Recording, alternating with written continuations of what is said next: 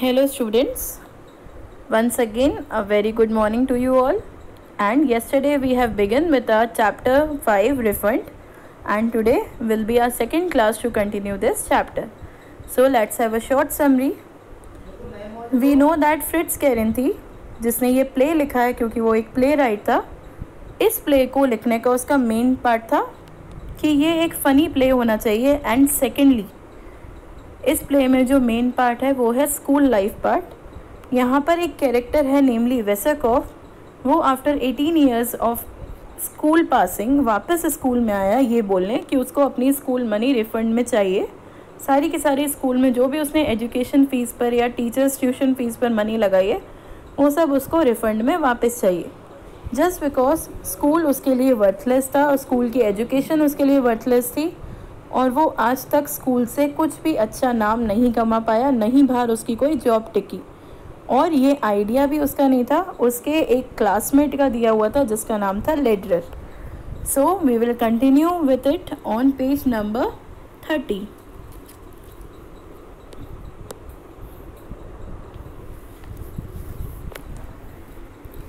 Yesterday we saw कि जब वेसरकॉफ लेडरर से बात कर रहा था तो उसने एकदम से एक क्वेश्चन पुट किया कि फॉरेन एक्सचेंज क्या होता है। फॉरेन एक्सचेंज की मनी जब गिरती है तो तुम्हें कैसे फ़ायदा होता है, तुम ब्रोकर से मनी कैसे लेने जा रहे हो जब उसकी वैल्यू गिर गई। तो इस पर लेडरर बोलता है वेसरकॉफ से, Vesekov if you don't know that you don't know a damn thing, go to the school and get your tuition fees back. Vesekov को उसने बोला, वेसरकॉफ अगर तुमको पता ही नहीं है, सीरियसली तुमको कुछ भी नहीं पता है, तो तुम बेवकूफ़ हो। You are seriously a damn thing. इसलिए बेटर है तुम स्कूल जाओ और अपनी सारी की सारी ट्यूशन फीस वापस लेकर आओ। Then he hurried away and left me standing there. और फिर वो वहाँ से बहुत जल्दी में चला गया और वेसरकॉफ को वहीं छोड़ गया अकेले में।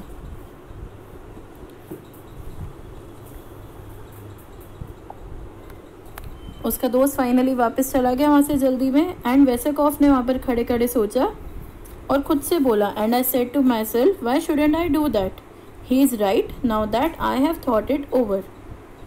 वो वहाँ पर खड़े खड़े सोचने लगा कि उसने तो बिल्कुल सही बोला, मुझे स्कूल जाकर अपना सारा का सारा मनी वापस लाना चाहिए और मैं खड़े होकर क्या कर रहा हूँ, मुझे जाना ही चाहिए। So I came here as fast as I could. और उसी वक्त वो स्कूल आ गया जितनी जल्दी वो आ सकता था। And I will be much obliged if you give me back my tuition fees because they amount to a lot of money and I didn't get anything from them. उसने प्रिंसिपल को बोला, मैं बहुत ज़्यादा आपका आभारी रहूँगा अगर आप मुझे सारी की सारी ट्यूशन मनी वापस दे देंगे, क्योंकि वो ट्यूशन मनी मेरे लिए बहुत ज़्यादा मायने लगती है और वो छोटी मोटी नहीं, बहुत बड़ी इनकम है जो मैंने स्कूल में दी थी एज माई ट्यूशन फीस। तो मैंने स्कूल से कुछ भी नहीं पाया, तो आप मेरी मनी मुझे वापस दे दीजिए अभी के अभी। अब प्रिंसिपल का रिएक्शन था at a loss for words.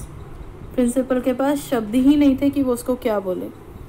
Really but now see here we have never had a request like your before, Lederer told you.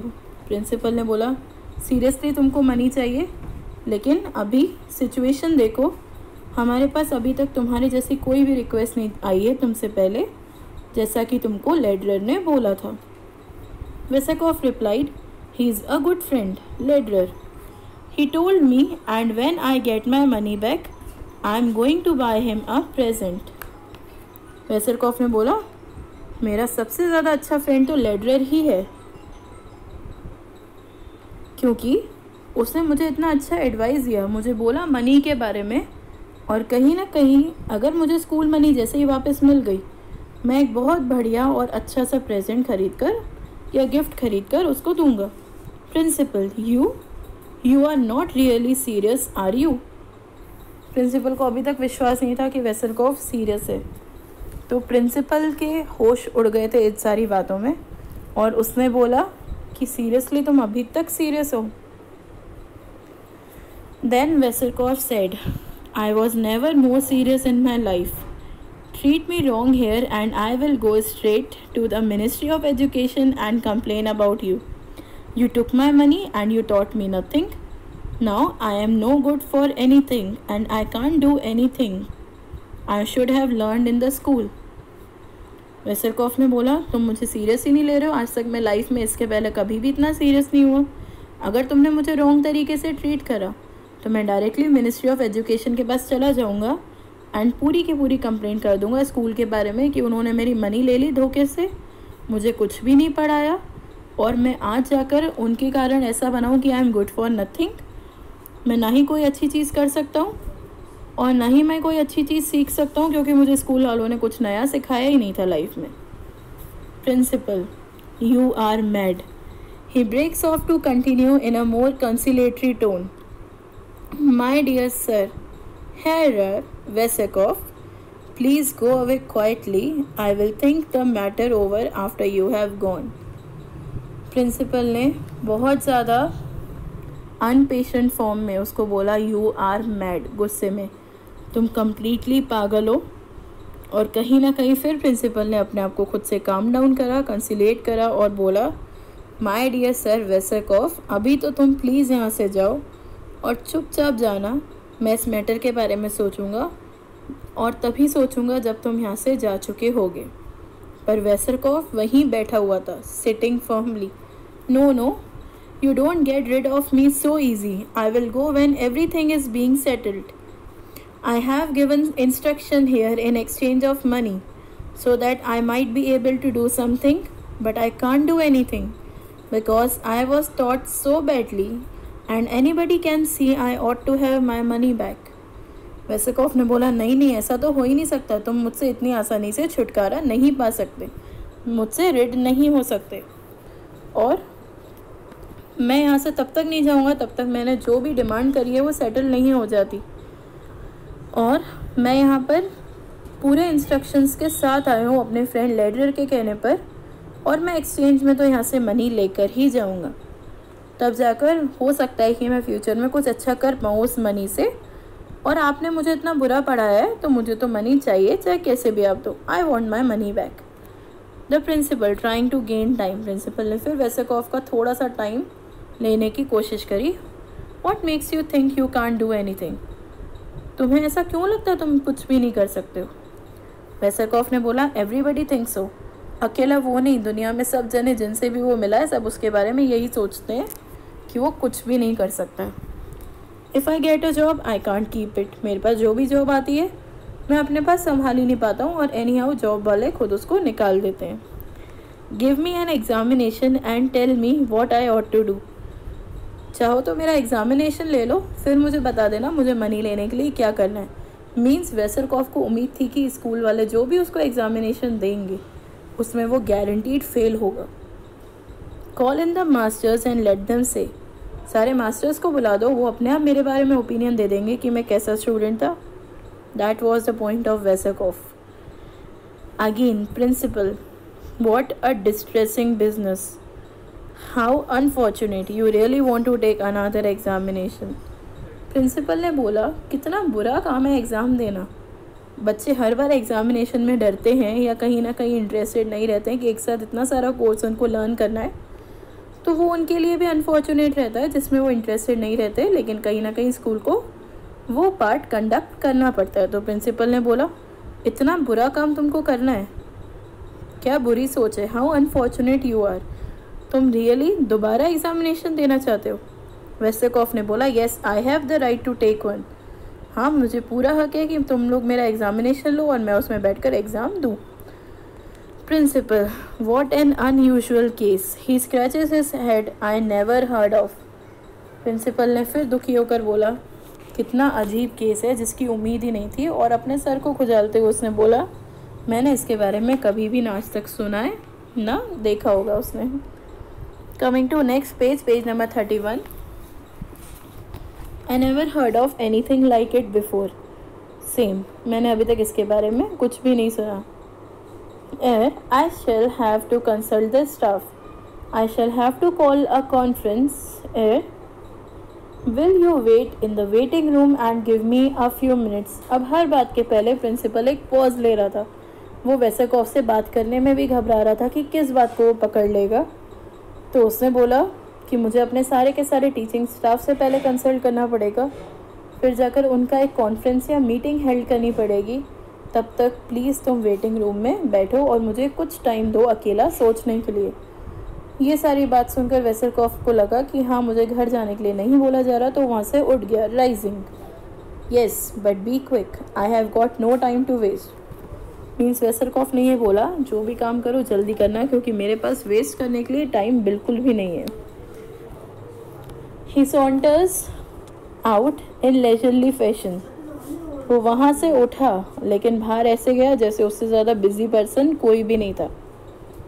Then principal rings the servant enters. जैसे ही उसने प्रिंसिपल ने जो school ring होती है short, उसको बजाया और सर्वेंट की एंट्री हुई दोबारा ऑफिस में। Ask the staff to come here at once, a most extraordinary conference. Principal ने सर्वेंट को ऑर्डर दिया, बिना कुछ भी और बोले सारे के सारे स्टाफ मेंबर्स को, टीचर्स को यहाँ पर बुलाओ कि वो एक ही बार में आ जाए। और बहुत ज़्यादा बिना उम्मीद के, जो प्रिंसिपल को उम्मीद नहीं थी कि कोई ऐसा पर्सन या प्यूपिल आएगा स्कूल में, उसके बारे में एक एक्स्ट्रा ऑर्डिनरी कॉन्फ्रेंस या मीटिंग रखनी है, सारे टीचर्स को उसके लिए गैदर होना है। सर्वेंट ने बोला यस सर, और वो वहाँ से बाहर आ गया। He goes out. Then principal trying out his speech. Principal तो पूरा का पूरा वर्डलेस हो गया, तो उसके पास वर्ड्स ही नहीं बचे थे, वो बोले क्या। तो वो बोलने की कोशिश कर रहा था सारे के सारे टीचर्स के पास जाकर। Gentleman, I have asked you to come here on account of the most unusual state of affairs. It is unprecedented. In the 30 years that I have been a schoolmaster, I have never heard of anything like it. Never so long as I live. Shall I expect to hear of anything like it again? Never. God forbid. The master entered. They are characteristic figures whose eccentricities are exaggerated. Principal ने बोला सारे के सारे masters को जैसे ही वो enter हुए थे रूम में कि जेंटलमैन, आप सब यहाँ पर आए हो क्योंकि मैंने आपको बुलाया है। मुझे एक बहुत ज़्यादा अनयूजुअल स्टेट ऑफ अफेयर के बारे में डिस्कस करना है। मतलब ये इतना इंपॉर्टेंट टॉपिक है कि मैं बात नहीं कर पाया तो मैं रह नहीं पाऊँगा, और वो पूरी तरह से अनप्रेसिडेंटेड है, मतलब कि किसी काम का नहीं है। इतना ज़्यादा इंपॉर्टेंट मैटर है कि वो बाद में जाकर हमको काम ही नहीं आएगा डिस्कशन के बाद। और प्रिंसिपल ने बोला, मुझे इस स्कूल में 30 ईयर्स हो गए of my school master service, और आज तक मैंने ऐसा केस नहीं देखा है, और भगवान मुझे माफ़ करे, गॉड फॉरबिड मी, मैं ऐसा केस कभी फ्यूचर में भी ना देखूं। Gentleman, I have asked you to come here on account of a most unusual state of affairs. Sit down gentleman, I shall open the conference. Principal ने सारे मास्टर्स को बिना बैठाए गेट पर ही उनसे सारी बातें कर ली, और उसके बाद बोला, बहुत ज़्यादा इंपॉर्टेंट मैटर है, लेकिन कहीं ना कहीं वो अनयूजुअल भी है, तो आप लोग पहले बैठ जाइए कॉन्फ्रेंस रूम में, फिर हम आगे के बारे में बात करते हैं। It is unprecedented. Again principal ने बोला, वो किसी काम का केस नहीं है, मैं पहले ही बोल रहा हूँ। इनक्रेडिबल, फैंटास्टिक, पर कहीं ना कहीं ऐसा फैंटास्टिक केस है, अनसुना, अनकहा, अद्भुत सा, जिसके बारे में मैं कोई और बात करना भी नहीं चाहता। A former pupil has just come to see me. जैसे ही उसने फॉर्मर पीपल का नाम लिया कि वो मुझे देखने आया, फिर प्रिंसिपल ने एक पॉज कर लिया अपने बोलने पर, वो फिर घबरा गया। An individual named Vesekov. फिर उसने धीरे से बोला, एक इंडिविजुअल जिसका नाम था Vesekov. He brought up a question which I have never encountered in my many years of experience. He explodes. Principal ने बोला कि वो ऐसा क्वेश्चन लाया है जिसका मैंने आंसर कभी भी अपने पूरे के पूरे एक्सपीरियंस लाइफ में भी नहीं दिया। और ये सब बोलने के बाद वो एकदम से एक्सप्लोड हो गया, मतलब उसकी वॉइस में एकदम से तेज़ी आ गई। आई never heard of anything like it. मैंने ऐसा नहीं सुना कभी भी अपनी लाइफ में। फिर मैथमेटिक्स मास्टर ने बोला, टेल अस अबाउट इट। तो फिर प्रिंसिपल ने बोला, he wants his tuition fee back. उसे अपनी ट्यूशन फी वापस चाहिए। Mathematics master, why? रिप्लाई में डेफिनेटली यही आएगा टीचर्स के, क्यों? So principal gave a reply, because he is an ass, क्योंकि वो गधा है। I should be glad to have you express your views on this unparalleled case. पर तो भी जाकर मैं तुम्हारे व्यूज़ जो हैं सारे टीचर्स के इस बारे में जानना चाहता हूँ कि मैं क्या करूँ, बिकॉज मुझे पता है ये केस किसी भी काम का नहीं है, इट्स अनपैरेलल्ड। फिजिक्स मास्टर ने बोला उसके बाद, gentleman, the case is natural. The law of the conservation of energy proves that any given pupil will lose In any given period, as much knowledge as teacher can drill into his head in another period of like duration. Physics master ने कुछ physics techniques के through answer दिया कि ये तो एक natural case है, scientific case है, और लॉ ऑफ कंजर्वेशन के अकॉर्डिंग जो हमारी बॉडी में एनर्जी होती है वो प्यूपिल की टाइम टू टाइम चेंज होती जाती है, और उसके अकॉर्डिंग जो भी प्यूपिल या फॉर्मर स्टूडेंट है उसने जो नॉलेज पहले गेन करी होगी टाइम टू टाइम वो भूलता जाएगा और धीरे धीरे उसके माइंड से धुंधली हो जाएगी अगर वो नॉलेज उसने यूज़ नहीं करी। तो टीचर्स का काम होता है कि हेड के अंदर उनको सारी नॉलेज एक बार में ड्रिल कर दें, घुसा दी जाए, लेकिन बाद में उस नॉलेज का वो फर्दर यूज़ क्या कर रहे हैं वो किसी भी टीचर के हाथ में नहीं होता है। तो यूजुअल है जिस टॉपिक के बारे में वो बात नहीं करेंगे वो टाइम टू टाइम भूलते जाएंगे। हिस्ट्री मास्टर ने अपना ओपिनियन दिया, there is nothing like that in the history of civilisation. It is said the Bourbons learn nothing and forgot nothing, if that is true. History master ने बोला कि वो history civilisation में mastery कर चुके हैं, एंड इसके अकॉर्डिंग उन्होंने कभी भी ऐसा नहीं सुना कि इंसान जो भी पढ़ता है उसको पूरी तरह से भूल जाता है। और ऐसा उनके पास एग्जाम्पल था बर्बन्स के किंग का कि उन्होंने कुछ नया नहीं सीखा और जो पुराना सीखा हुआ था उसको कभी नहीं भूला, अगर वो ट्रू है तो। फिर फिज़िक्स मास्टर ने बोला the law of conservation of energy. Again physics master फिर से हिस्ट्री मास्टर से अपनी ही पॉइंट ऑफ व्यू को रखने के लिए बोलने लगे the law of conservation of energy, मतलब वो सच है और हिस्ट्री का पार्ट झूठ। Coming to next page.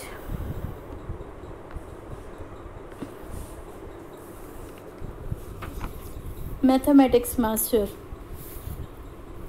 The question is does he want the amount with simple और compound interest because in the latter event. अब मैथमेटिक्स मास्टर ने बोला आप तो बस ये बता दो सर, अगर हमको उसको अमाउंट देना है तो क्या वो सिंपल इंटरेस्ट मिलेगा या फिर कंपाउंड इंटरेस्ट के फॉर्म में, क्योंकि ये एक इम्पॉर्टेंट सेकंड इवेंट है जिसके बारे में हमको बात करनी चाहिए after Vesekov. Geography master, where is the fellow anyhow. एक सेंसिबल क्वेश्चन ज्योग्राफी मास्टर ने पूछा कि वो जो फॉर्म में प्यूपल आया था वो अभी कहाँ है। प्रिंसिपल ने रिप्लाई करा he is waiting outside, he wants to be reexamined, he says he learned nothing, he say a re-examination will prove it, I would like to know what you gentlemen think about it। Principal ने बोल दिया कि वो waiting room में बाहर wait कर रहा है, लेकिन उसकी ख्वाहिश है कि वो री एग्ज़ामिनेशन दे, एंड उसने कुछ भी लर्न नहीं करा स्कूल से और री एग्ज़ामिनेशन के बाद सब कुछ प्रूव हो जाएगा। लेकिन मुझे आप सारे के सारे जेंटलमैन से या टीचर्स से ये सलाह चाहिए कि अब हम इसके बारे में क्या करें, आप सब सोच कर बताओ। मैथमेटिक्स मास्टर चकलिंग, चकलिंग होता है जब आप दोनों अपर एंड लोअर जॉ का यूज़ करते हैं हंसते वक्त, तो अ काइंड ऑफ लाफ्टर जिसमें आपकी दोनों दांतों के क्रैकलिंग की भी आवाज़ है। A re examination, gentleman it is my conviction that we shall lose nothing by re-examining Vesekov. If he fails, he will place us in an awkward position. Therefore, he must not fail. He has, shall I say, pursued advanced studies in the school of life. We will not make our questions too difficult. Agreed, gentlemen? We are dealing with a sly, crafty individual who will try to get the better of us and his money back by hook or crook. We must checkmate him. Mathematics master का ये जो point of view था वो सबने बाद में माना था। उसने बोला कि मेरी तरफ से तो री एग्ज़ामिनेशन लेने में कोई भी बुराई नहीं है, क्योंकि वेसेकॉफ जो है वो चाहता है कि वो फेल हो जाएगा और हम लोग सारे के सारे ऑकवर्ड पोजीशन में आ जाएंगे और बिना कुछ भी कहे उसको सारी की सारी मनी वापस दे देंगे। बट ऐसा नहीं होगा, हम इसके अपोजिट डील करेंगे। हम सारे के सारे मास्टर उसको ये बोलेंगे कि उसने स्कूल से सब कुछ अच्छे से परस्यू करा है, स्टडीज़ में एडवांसमेंट करा है, वो कभी भी फेल नहीं हो सकता और उसकी स्कूल लाइफ में भी वो अच्छे मार्क्स से पास हुआ था। तो हम उससे डिफ़िकल्ट क्वेश्चंस तो बिल्कुल पूछेंगे नहीं और जो भी वो आंसर देगा हम उस पर सब जने ईजिली एग्री हो जाएंगे। क्या आप मेरे इस पूरे व्यू पॉइंट से एग्रीड हैं जेंटलमैन? और उसके बाद मैथमेटिक्स टीचर ने बोला कि जो वेसेकॉफ है बहुत ज़्यादा स्लाई है। स्लाई मीन्स कनिंग, चालाक, क्राफ्टी इंडिविजुअल है। वो ईजिली अपने माइंड में आइडियाज़ क्रैक कर लेता है और लोगों को अपनी बातों में उलझाना जानता है। तो वो हम सब से बहुत ज़्यादा बेटर वे से कहीं ना कहीं मनी लेने की कोशिश करेगा, बट हमारा एक ही काम है, उसे मनी नहीं देना है और उसको चेकमेट करना है। फिज़िक्स मास्टर ने पूछा how. Mathematics master, by sticking together the object is to prevent him from failing, because if he fails he succeeds. That we must stop. If he fails tomorrow there will be 2 more formal pupils and the next day a dozen. We must back each other up, gentlemen, so that this painful affair does not become a pedagogical scandal. We will ask him questions. Whatever he answers, we agree beforehand that they are correct. Mathematics teacher ने बोला, हम सबको एक साथ एकजुट होकर रहना है कि हमने जो भी बोला है वही सही है, क्योंकि वेसलकॉफ का कहीं ना कहीं मेन ऑब्जेक्ट है पास होना और हमारा मेन ऑब्जेक्टिव है उसको फेल करना, उसको फेल होने से बचाना। क्योंकि कहीं ना कहीं अगर वेसलकॉफ फेल हो गया तो वो अपनी बातों में सक्सेसफुल हो जाएगा और स्कूल से सारा का सारा रिफंड अमाउंट ले जाएगा। तो हमें एनी हाउ वेसलकॉफ को रोकना है कि वो फेल ना हो पाए, और हमें उसको रोकना ही है, क्योंकि अगर आज वो फेल हो गया तो कल उसके कहने पर 2 जने आएंगे स्कूल से मनी लेने। उसके बाद हो सकता है कि कुछ 1 डज़न या 12 लोग इकट्ठे आ जाएं स्कूल से रिफ़ंड मनी लेने।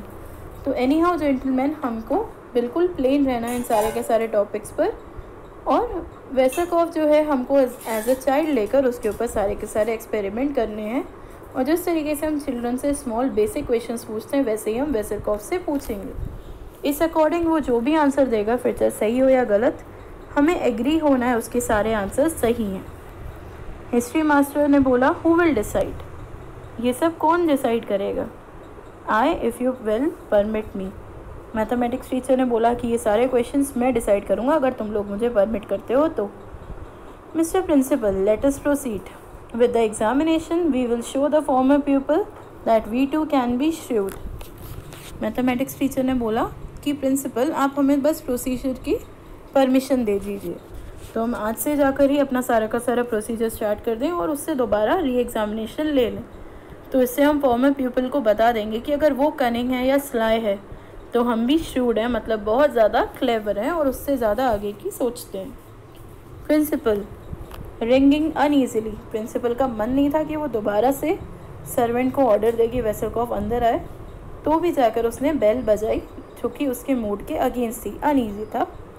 Isn't there a chance of something going wrong? Suppose it gets into the newspaper. पर रिंगिंग के टाइम पर भी प्रिंसिपल ने, जब तक कि वेसलकॉफ नहीं आने वाला था अंदर, एक और क्वेश्चन पूछा। यहाँ पर चांसेस नहीं है कि कुछ गलत जाएगा, हो सकता है कि हम लोग नेक्स्ट डे न्यूज़पेपर में एक सुर्खियों में आ जाएं। मैथमेटिक्स मास्टर ने बोला, लीव इट टू अस। आप डरिए मत, ऐसा कुछ भी नहीं होगा और सारी सिचुएशन हमारे ऊपर छोड़ दीजिए। Then principal said to the servant who has appeared, show in Herr Veselkov. Already principal ring कर चुका था for the servant। इस टाइम ड्यूरेशन में सर्वेंट भी वहाँ तक आ गया था, ऑफिस तक, और प्रिंसिपल ने बोला वेसलकॉफ को अंदर तक बुला लो। He enters without waiting to be shown in. He is most truculent. His hat is over 1 ear. He greets nobody. He keeps his hands thrust into his pockets and stares insolently. वेसलकॉफ ने जैसे ही entry ली, ऐसा लग रहा था कि वो बाहर ही खड़ा था और सिर्फ अंदर आने का वेट कर रहा था। विद इन अ सेकेंड वो अंदर आ गया, जो कि बहुत ज़्यादा डिसरिस्पेक्टफुल मैनर में आया था। उसकी हेड जो थी वो हल्की सी फ्लैटेंड थी, तिरछी, जो कि उसके एक ईयर को बंद कर रही थी, और उसने किसी को भी ग्रीट नहीं करा, मीन्स गुड मॉर्निंग या गुड आफ्टरनून, नथिंग। उसने अपने दोनों के दोनों हाथ अपनी पॉकेट्स में रखे थे और सबको ऐसे घूरने लगा जैसे सबसे उसको कोई ना कोई बदला लेना हो, इंसोलेंट तरीके से। With this we will end with our second part class, and tomorrow we will continue with the third portion of the same story. Thank you class.